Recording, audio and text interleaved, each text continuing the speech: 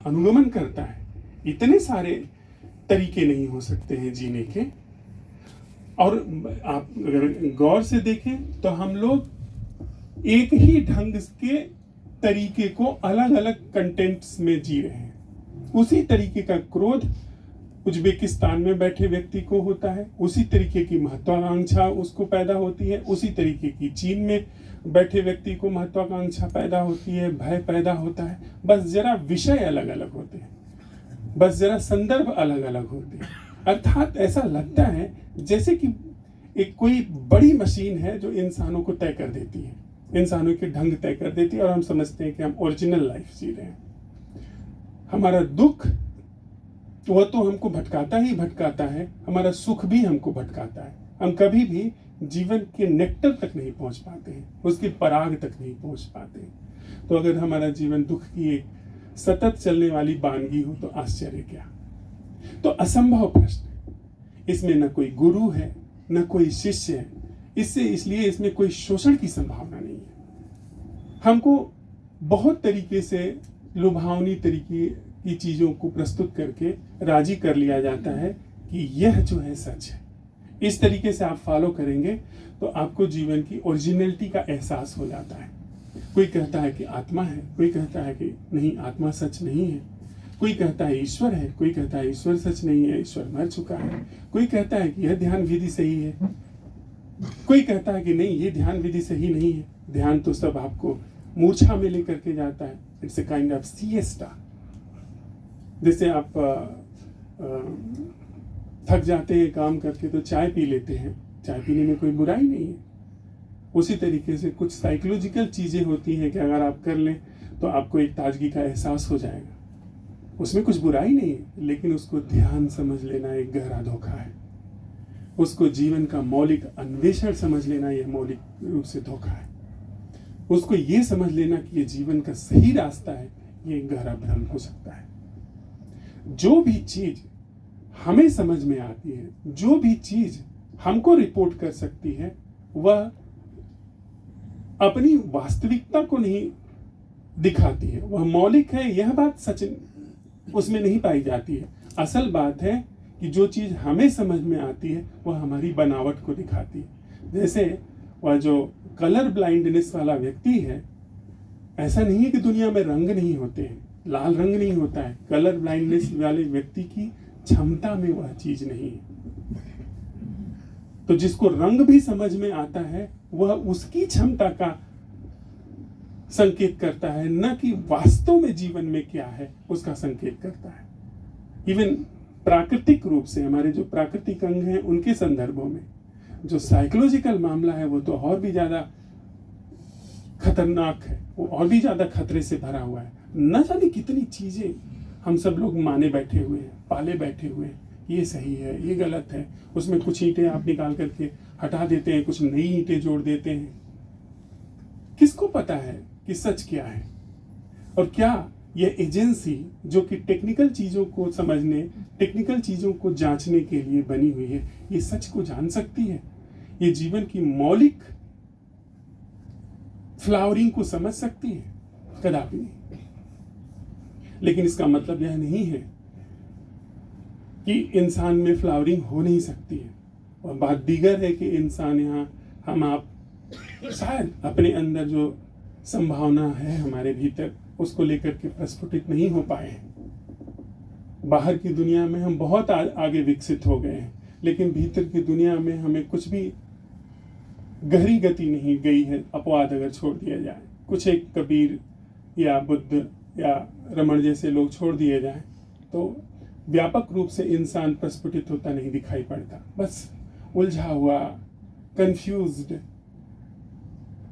इधर उधर भटकता हुआ, कुछ दांत से पकड़े, कुछ धकियाता हुआ कि नहीं ये सच नहीं है, ऐसे ही हम सब जीते हैं और एक दिन मौत आ जाती है। निश्चित रूप से कुछ है जो हम आप अपने जीवन में जांच सकते हैं यदि हम यह समझें कि जो ज्ञात का क्षेत्र है, जो काल बाधित क्षेत्र है, जो चीज समय की धारा में समझ में आती है, वह चीज सच नहीं है, वह चीज लाइफ नहीं है। वह उपयोगी हो सकती है लेकिन वह जीवित नहीं हो सकती है। जो चीज हमारे चित्त की भूमि के द्वारा तय की जाती है, हमारे माइंड के द्वारा जिसे समझा जाता है, वह उपयोगी हो सकता है, शायद बहुत उपयोगी हो सकता है, लेकिन वह सच नहीं है। अगर यह बात हमें बहुत स्पष्टता से समझ में आ जाए तो फिर सिर्फ एक रुख बदलने की देर है, एक एंगल बदलने की देर है। शायद हम बहुत लंबे समय से सताए गए हैं, बहुत लंबे समय से हमको प्रताड़ित किया गया है, जिसका परिणाम है कि हमको रुख बदलने में भी बहुत अड़चन मालूम होती है। लेकिन रुख बदले जा सकते हैं, निश्चित बदले जा सकते हैं। जो ज्ञात की तरफ देखता हुआ चित्त है, वो ज्ञात की सीमा को देख करके जो अज्ञेय है, जो अज्ञात से भी न्यारा है, उसकी तरफ मुड़ सकता है। अज्ञेय की तरफ मुड़ा हुआ चित्त वह धीरे धीरे उस स्थान से अपने हस्तक्षेप को समाप्त करना शुरू कर देता है जो स्थान अतिक्रमित है। अतिक्रमण का मतलब होता है जिसको जबरदस्ती हथिया लिया गया है। हमारे रिश्तों को विचार के द्वारा हथिया लिया गया है, हमारे जीवन को विचार के द्वारा हथिया लिया गया है। उसमें थोड़ा थोड़ा करके काम नहीं हो पाएगा। उसमें हमको अपनी पूरी जीवन शैली को, पूरी जीवन धारा को आमूल रूपांतरित करना होगा। थोड़े थोड़े रूपांतरण से काम नहीं चलेगा।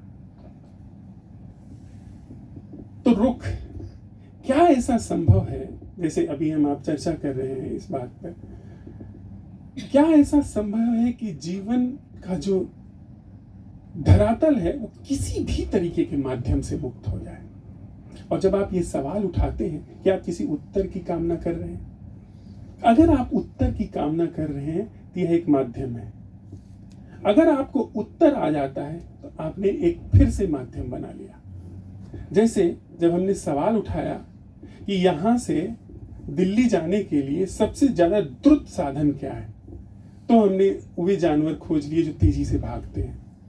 और तेजी से जाना था तो फिर हमने हमारे भीतर की मांग ने, हमारे भीतर के प्रश्न ने मशीनों का आविष्कार किया, हवाई जहाज तक का आविष्कार किया। वहां तक हम पहुंच गए, उत्तर आ गया। जो उत्तर आ सकते हैं, जो उत्तर संभव हैं, वे उत्तर आए। हमने बहुत तरीके के सवाल इसी प्रश्न में उठाए कि राष्ट्र बनाने से भीतर प्रेम घटित हो जाएगा, सब लोग बहुत प्यार से रहेंगे। हुआ नहीं, बल्कि राष्ट्र के नाम पे सबसे ज्यादा लोग लड़े। संस्थाओं को बनाने पर हमारा मन संस्था बनाता है, हमारा चित्त जो है उस संस्था बनाने में बहुत कुशल है, प्रवीण है। इसने कहा कि मैं और ये व्यक्ति, ये स्त्री और मैं, या ये पुरुष और ये मैं, ये अगर एक साथ रहे, बाकी दुनिया छोड़ दे, तो फिर सब चारों तरफ से हमारे जीवन में फुहार आ जाएगी, चारों तरफ से बाहर आ जाएगी। हुआ, ये मन का सुझाव है कि हमारे जीवन में परिवार की संस्था है। मैं परिवार की संस्था के विपरीत नहीं हूं, लेकिन पक्ष में भी नहीं। मैं सिर्फ ये कह रहा हूं कि संस्थाओं ने मनुष्य के जीवन से संबंध छीन लिए हैं। आप खुद सोचिए कि यदि मेरा यह पूरा शरीर सिर्फ एक अंगुली का ये पोर जीवित है और बाकी सब इनसेंसिटिव हो गया, तो आप मुझे जीवित कहेंगे? इतनी बड़ी दुनिया में हम कुछ एक लोगों के साथ संबंधित होते हैं, बाकी लोगों के साथ हमें संबंध का कोई पता नहीं चलता, वहां पर हम अंधे रहते हैं। तो वास्तव में क्या हम जीवित हैं? वस्तुतः यह एक उंगली का पोर भी जब पूरा शरीर जीवित होता है तब इसको प्राण मिलता है। एक उंगली के पोर को जीवन मिलने के लिए पूरी एक शरीर का यंत्र काम करता है, श्वसन प्रक्रिया काम करती है, भोजन पेट में पचता है, खून बहता है, तब जाकर के इस उंगली के पोर को जीवन मिलता है। अब आप सोचें कि सिर्फ उंगली के पोर को मिल रहे जीवन से आप जीवित हो जाएंगे, यह नहीं हो सकता। विचार यही करता है, विचार चीजों को तोड़ता है और तोड़ता है, तभी तो आप परमाणु तक पहुंच गए, तभी तो आप इलेक्ट्रॉन, न्यूट्रॉन, प्रोटॉन तक पहुंच गए। विचार विश्लेषण का काम करता है, खंड खंड और खंड और खंड, तो आप न्यूक्लियर फैमिली तक आ गए। ध्यान, या जिसे हम सम्यक धर्म कहें, वो संश्लेषण का काम करता है। वो सभी विघटनों के पीछे खड़ा होकर के देखता है जहां से विघटन का अंत हो जाए। तो असंभव प्रश्न में हम बात कर रहे हैं कि असंभव प्रश्न का उत्तर अगर आता है तो यह फिर से वही विचार हावी हो गया, वही संभव प्रश्न का ढंग हावी हो गया। ये जैसे मैंने यह सवाल खुद से पूछा कि यहाँ इतने सारे बैठे लोगों के साथ मेरा संबंध क्या है। उत्तर आता है कि ये श्रोता है, मैं वक्ता हूं। इसका मतलब कि विचार ने एक माध्यम ला करके मुझे प्रस्तुत कर दिया। अगर मैं असंभव प्रश्न के साथ में हूं तो इस माध्यम को नकार दूंगा, क्योंकि असंभव प्रश्न कह रहा है, पूछ रहा है कि क्या इन लोगों के साथ मेरा कोई रिश्ता है जो कि माध्यम से नहीं है। अब अगर माध्यम वक्ता और श्रोता का जो आइडिया है वो है, तो वो असंभव प्रश्न की वेदी पे खारिज हो गया, असंभव प्रश्न के मुहूर्त में वो खारिज हो गया, असंभव प्रश्न के यज्ञ में वो खारिज हो गया। फिर से वो आता है, कहता है कि ठीक है, इतने लोग सुन रहे हैं, मैं कह रहा हूं, मुझे एक फिलॉसफी दे रहा हूं जो कि बड़ी नई फिलॉसफी है। मैं अपने से सवाल पूछ रहा हूं कि इतने सारे लोगों से मेरा रिश्ता क्या है जो कि बिना माध्यम के है। तो हो सकता है कि मेरा मन अगर यह उत्तर लेकर के आए कि इतने सारे लोगों के साथ में मैं एक नए तरीके के दर्शन या नए तरीके के जीवन जो दुनिया में बिना दुख के जिए जा सकते हैं, उनको उनकी रूपरेखा लेकर के आया हूं, उनका प्रारूप लेकर के आया हूं। असंभव प्रश्न इसको भी खारिज कर देगा कि नहीं, यह तो माध्यम है, ये तो फिर से आप एक नया आइडिया लेकर के आ रहे हैं। कोई भी आइडिया असंभव प्रश्न की वेदी पर, असंभव प्रश्न के मुहूर्त पर दग्ध हो जाता है, आहूत हो जाता है, स्वाहा हो जाता है। अर्थात जब सारे उत्तर खारिज हो जाते हैं, यह उत्तर भी खारिज होता है कि वहां शून्य है, तो शायद आप एक ऐसे रुख में हैं, एक ऐसे एंगल में जा रहे हैं जहां पर वो जगह ले सकता है जो इस एजेंसी से बियॉन्ड है। उसका कोई उत्तर नहीं है, क्योंकि उत्तर बड़े सीमित होते हैं, उत्तर की पहचान बड़ी सीमित होती है। जिस तरीके के प्रश्न होते हैं वैसे ही उत्तर होते हैं। तो कोई भी सदा हुआ व्यक्ति आपको उत्तर नहीं देगा, वो आपको प्रश्न देगा।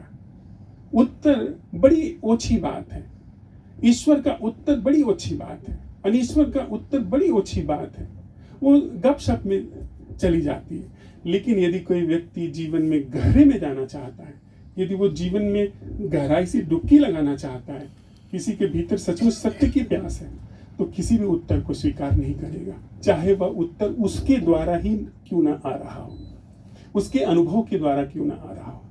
जब सारे उत्तर समाप्त हो जाते हैं और सारे उत्तर अपने प्रश्नकर्ता को लेकर के स्वाहा हो जाते हैं, तो फिर जो जगत शुरू होता है, शायद वो वहां पर पहले से है, शायद हम लोग यहाँ बैठे हुए हैं, हमारे आपके बीच में वो विद्यमान है, वो संबंध विद्यमान है, वो जीवन विद्यमान है। उस पर कभी हमारी नजर नहीं गई, कभी हमने उस पर गहराई से शोध नहीं किया।